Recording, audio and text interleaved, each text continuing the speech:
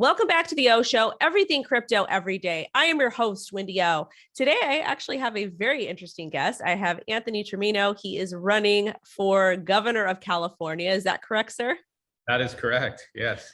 Awesome. Well, thank you so much for coming on. And I actually kind of just want to start and have you tell us who you are so people understand who you are. And yes, you guys, I promise this is crypto related. So just stick around and be patient with us here. Yeah, absolutely. I'm not a politician, so I think that we're going to have a great conversation because I'm actually a businessman. 20 years ago, I started a small little marketing firm in kind of a suburb of Los Angeles. And at the time, we were just doing graphic design services, a little bit of marketing. But I built that company up over 20 years to be what Inc. magazine named one of the fastest growing privately held companies in America. And I did that in 2020. So in the height of a pandemic, when the advertising industry was collapsing on itself, 80% of ad agencies had gone through 3 rounds of layoffs. Many of them closed their doors and were sending everybody to work remote. We actually tripled the size of our footprint, doubled our staff, and had a phenomenal year. And we were able to do that because we navigated through the murky waters. We saw the changes in kind of consumer behavior. We saw what industries were thriving and which were not set up for something like that, and kind of leaned in. And instead of retreating or retracting or shrinking, we went all in on moving to our new headquarters, focusing on our brick and mortar, and being an anomaly in our industry. And so as it stands today, we're a year beyond that this designation. We work with startups, innovative startups, many of which would be exciting to you and a lot of your viewers. But we also work with some of the biggest Fortune 500 companies on the planet at a global level. So we went from the small little marketing firm, 200 square foot office, to now, being a full service advertising and marketing agency for companies around the globe. So as a creative, as somebody who is, creative, I'm leaning heavily this year toward cryptocurrency. We have an NFT project that we'll eventually get to, we'll talk about, that I'm super excited about. But the reason why I'm running is because I think you live in California, right? Born and bred, LA County, baby, and probably Right. going to end up moving out of California this year because it is becoming an absolute nightmare to do anything in this state. Well, hopefully you wait until November. And if I can get an office, maybe I can tempt you to stay because as a business owner, so a little background on how I transitioned from running a successful business to wanting to get into politics. Let me set the stage. I don't want to get into politics, and ultimately I don't want to be a lifelong politician. I'm very happy building, a business empire. I'm very happy with many of the ventures that I've gotten into over the last couple of years. But as you know, being in California, there's no way my company will survive another 5 years being in California. The taxes that we pay, just crime, companies that are leaving, companies like Tesla manufacturing leaving. You have, so many tech companies that are moving their manufacturing plants or investing in other states. So California is not really a climate that's friendly for businesses. It's definitely not going to be friendly for investors and innovative technology. So I decided to run because even though I could pick up and leave and move to Florida like so many, and by the way, where are you thinking of moving? Probably to Florida. Yeah. So that was the game plan, is to pick up, consolidate, and leave to Florida. But if all the good people, if you leave, I leave, and so many companies leave, California will fall. And if California falls, there's not a safe place in the United States you and I are going to run to. It'll eventually get to Texas. It'll get to Florida. It'll get everywhere. So I'm running because I'm hoping that I can implement some changes, make California a business-friendly state again, deal with some of the issues that I'm sure in LA County that you're seeing, homelessness and crime and all of those issues that are plaguing us, probably driving you out of the state. And I know that you're a mom, right?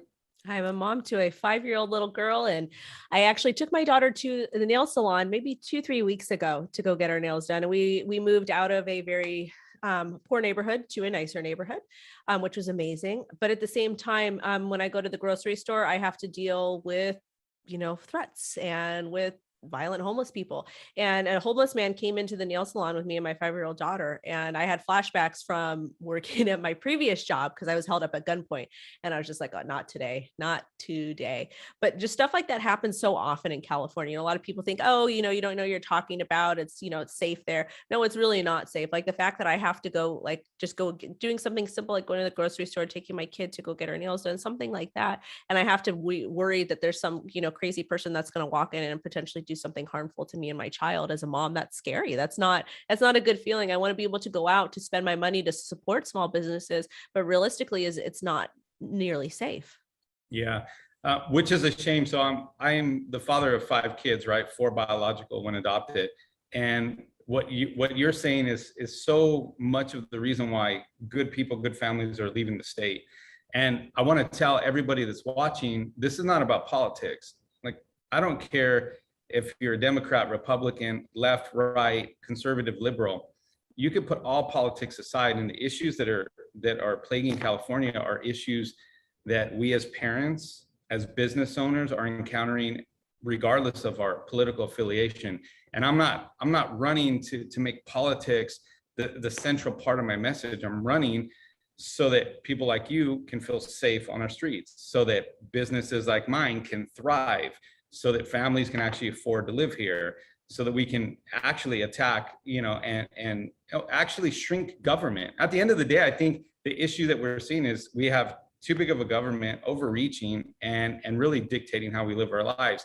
And a lot of them are hypocritical. And ultimately, I think that California doesn't need just a governor, it needs a CEO. We're talking about the 5th, 6th largest economy on the planet. And so we need somebody that has business acumen, that will be up there, that can pave the way for innovation and technology and things that I'm sure a lot of your viewers are excited about, and not really stifle that, not really choke that out. And so I'm hoping that we can make a significant run for the office, get rid of some of these politicians, put some business people in place, and actually restore California to a place where someone like you will want to live.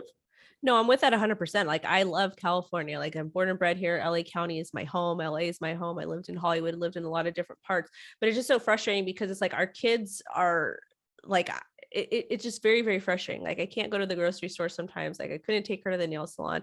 And one of the biggest issues is that I'm seeing in California is, like, we used to be this tech giant where we welcome businesses, where we welcome people from all different backgrounds. And they still push that narrative that we do welcome businesses. But reality, when you look at the taxes that we're paying for, a small business needs to pay for taxes, how hard it is to get a loan to start a small business in LA County, it is just so wild. And the fact that we have this bolstering economy, we have all these government officials, all these people that are making all these rules, they are failing to really kind of accept crypto. And crypto does need regulation. We do need to pay taxes. We need to kind of find a happy medium to that. But the thing that drives me absolutely crazy is that this is a really great potential revenue market for California. Really, not only is it going to create jobs, it's going to create educational programs, maybe in junior highs or elementary schools or high schools, community colleges. Like, there's so many really cool things that crypto regulation can do if it's done correctly. But I'm not understanding why the current administration that we have now is failing to do so, or is failing to kind of integrate it, give it a chance, come up with working groups. We had somebody kind of do this a little bit previously, but we have people like Brad Sherman that are just like anti-crypto, crypto's bad. But then when you look to see who's, funding his campaign, he's getting all these kickbacks from the banks. So it's like, really, it's very counterintuitive to what needs to happen in California. Because again, we've got the real estate, we've got potential jobs, we've got all these really cool things that can really attract people. But I feel like we're just kind of pushing out all of the positive ways that we can grow. Government tends to regulate to the nth degree things they don't quite understand. And they don't understand government. They don't understand cryptocurrency. They don't understand technology. They don't understand innovation. Look at a company like Intel. Intel just announced that it's going to move, or it's going to invest $20 billion in a manufacturing plant in Ohio. They're headquartered here, but we couldn't do enough to keep them here. Tesla's out.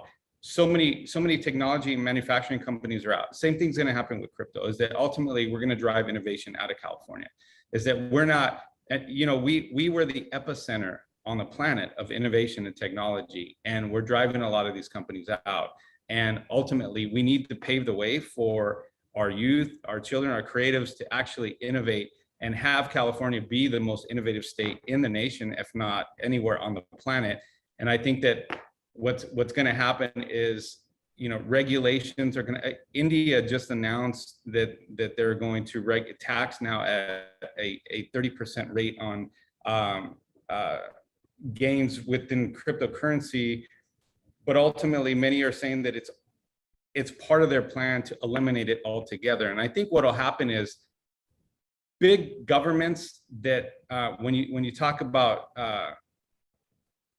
things they don't understand, things they cannot tax, ultimately it creates a threat for big governments. And I think that we're going to see pressure here in the United States, you're going to see it in China, you're going to see it in Russia, you're going to see different places on the world where the lack of understanding of how to innovate and how to regulate properly is going to suffocate what we could potentially see as a huge potential market in the future. So it's going to take innovative leaders to get in and kind of work with the people within the industry that are innovating to sit at the table, give them a seat at the table, and figure out how we can coexist and how we can use that innovation and technology to drive not only jobs, but revenue, drive our economy moving forward. So I agree with you on all that front, but I've got two more questions for you. The next question is how, if you do get into office, or at least while you're running for this campaign, how are you going to push positivity regarding crypto? Because a lot of people see crypto, they see NFTs, and they have all these negative connotations because they don't understand. They don't want to understand. They think that they hear the media talk about how bad it is for global warming and for the environment, but instead of actually educating themselves and pushing themselves forward, they just want to sit with this narrative here. How are you going to be able to change that narrative on your campaign? And then if you do get in office, how are you going to be able to push positive regulation regarding crypto and kind of spread the message to people that, hey, this stuff really isn't dangerous? It's really not dangerous. What it's going to do, it's going to boost the economy. It's going to create jobs. It's going to empower our youth, and it's going to get them prepared to participate in a global market. Because let's face it, these countries like India and different countries outside of the United States, they're very well versed in STEM. California is not, by any means. Unless you've got money and unless you're sending your kids to a private school, chances are you are not really focused on STEM, and that's not a really big topic in your household. So we're already placed far behind. So I think anything that threatens government control becomes quote unquote dangerous, right? And so I think that's why the narrative is as such. But as a business owner and as a CEO, advisory boards are critical. They're a critical part of our business. They're a critical part of companies we serve, the businesses, board of directors, et cetera. We need advisory boards, people like you that have a seat at the table that can help not only educate government, but also help us to create policies that allow for technology like this to exist. That doesn't happen. So the lack of understanding and the lack of control creates a danger to the government, and ultimately they start to suffocate new and innovative industries. One of the ways that I'm going to bring awareness to just the topic in general is we have an NFT project that we're working on. It's the first of its kind. It's probably too premature. We're about 30 to 45 days from releasing it, so it's probably a little too premature, and I don't want to give too much away, but we saw a unique opportunity to actually leverage NFTs to not only support what we're doing on the campaign, but to bring awareness to some of the issues that are affecting California: homelessness, energy, water, et cetera. And so we have this incredibly innovative, fun project that we're working on that we'll be releasing shortly that will allow a whole nother set of eyes to see how NFTs can be used, how this technology, how innovation can be used, how it can be used for good, and bring some awareness to it. So we're super excited about that project, and I'll kind of let you know when that drops. But it's things like that. We also, being a creative house, an ad agency, we're looking at the metaverse as new frontier to actually bring our clients into, and how we can leverage that to bring awareness and create, different, to really inspire different ideas from our youth who, if you think about it, are graduating high school, not prepared to enter into society in any meaningful way. And so ultimately, hopefully we can bring enough awareness through our campaign, through my getting in office, through advisory boards, getting people like you plugged in and communicating, seated at the table, so that we can ultimately create a space in our school systems where we can create leadership academies where we're actually teaching our children how to invest, how to innovate, how to engineer, and bring technology back to California. So we have so many plans in the works as to how we're going to bring a greater sense of awareness to this. But really, I want to spearhead so much of it, and really introduce it in new ways and open people's eyes up that have maybe never thought about it, don't think about it, and never thought about investing or creating. And because I have 5 children and they range from 15 to 24, they're the perfect audience for the next generation of people that will actually create the market that will affect and impact the world. I agree with you 100%. Last question. Are you going to be using this NFT project to kind of help fund your campaign as well? So what I'm going to do is, this is a side venture completely separate from the campaign. Okay. But as we generate revenue from this project, a lot of it will go toward our philanthropy work. It'll go toward some initiatives that are near and dear to my heart for California. And ultimately, I'm self-funding this thing anyway. So if any of it does enter into the campaign, it'll be private funds from me, from our family, investing into the future of California. Got it. Awesome. Well, Anthony, thank you so much for coming on and talking to us, explaining who you are, what you do envision if you do win. I hope you win, because the person that we have running right now, I'm not very pleased with them. But again, thank you so much for your time. And you guys, if you want to learn more about Anthony, support his campaign, support him. The links will all be down below. Thank you so much. Thank you so much. Keep doing what you're doing. Appreciate you and your daughter. And hopefully you stay in California. Thank you. Take care.